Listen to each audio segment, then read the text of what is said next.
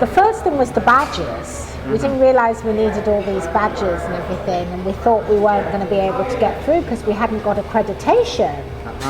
We didn't know how we were going to get accreditation because we didn't know about that. But Yvonne had been there the day before, and somehow, partly because she speaks French very, very well and could, converse very well with the organisers, she managed to get us accreditation on the spot then, get us there without having to pay. And she managed to do it in such a way that when I came, I would be on her application, so I just literally didn't have to queue. She had a queue to get a badge, get a photograph, she had a queue for hours. But when I went, it would all be prepared.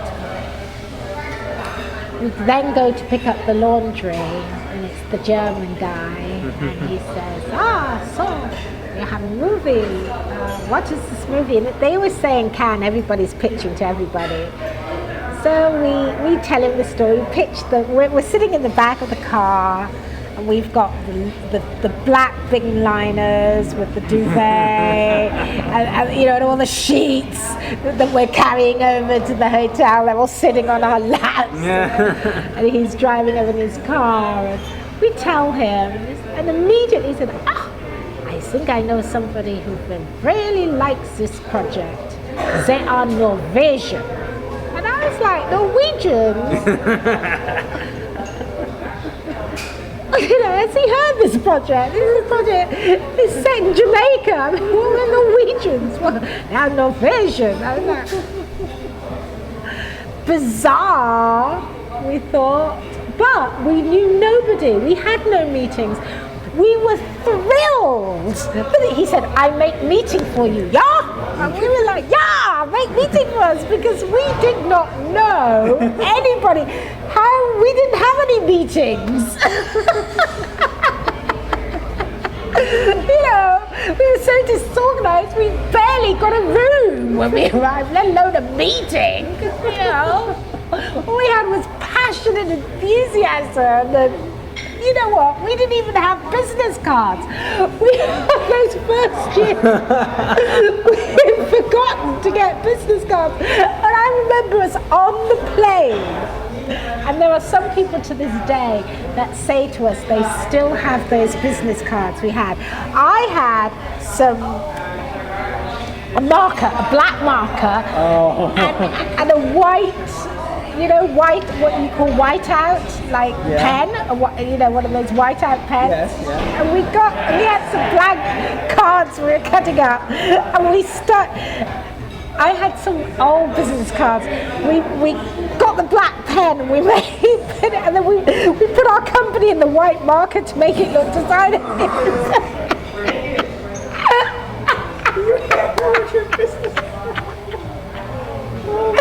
Oh my God, they were so homemade. I mean, we didn't even have printed cards.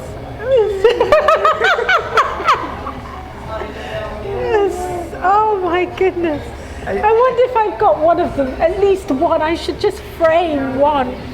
The homemade. Put it up on your Facebook profile. The homemade. I don't even think Facebook could really appreciate the homemade. I mean, you really have to see this card to appreciate the real homemade quality of it. I mean, I don't even have fancy writing.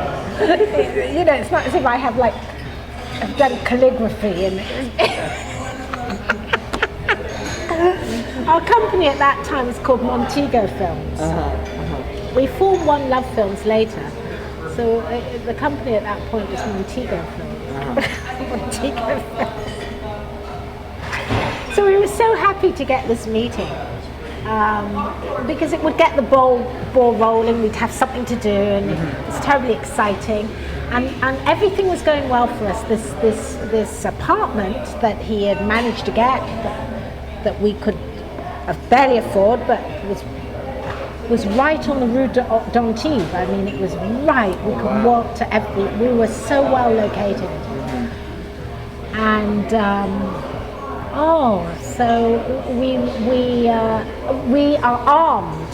This is what, before our preparation, we go with a little business plan. with the synopsis, our marketing strategy, and whatever. We had that, and we had got a friend. I mean, honestly, Chichi, we didn't believe in spending what we didn't have. We had seen all these glossy brochures that were very nice, with very professional. We were just so poor. I mean, our business plan was black and white because we couldn't afford the printing costs for colour. So everything was going to be black and white. We had a friend on his Apple laptop put the pictures in. We didn't have a picture of Kimani and Shireen. We had our holiday snaps of them. So we did some photoshopping, putting them together, looking like they were a couple.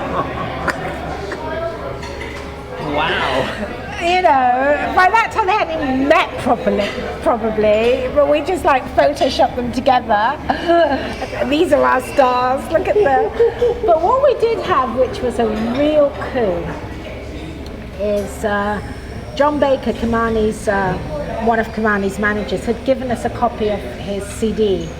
And oh my goodness, we were pitching it, and then we were saying, would you like to hear the CD? And everybody was like, she fell in love with the Rasta man, and everybody was like, oh, and they just loved this track. Oh my God. And they must have thought we were so organized that we managed to get a soundtrack before we had, finished the script.